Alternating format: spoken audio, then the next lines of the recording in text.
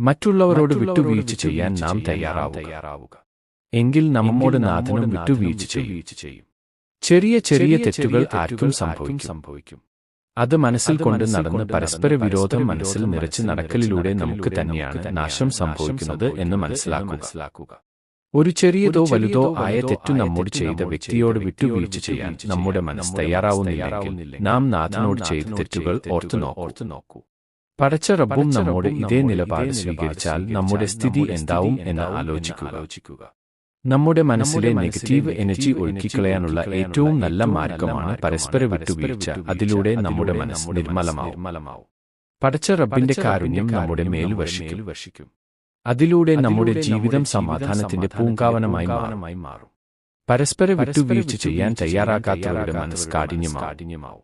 എപ്പോഴും അസ്വസ്ഥതയും നിരാശയുമാവും. അതുകൊണ്ട് നാം താഴ്ന്നു കൊടുക്കാൻ തയ്യാറാവുക. അതിലൂടെ പടച്ച റബ്ബ് നമ്മെ ഉയർത്തും.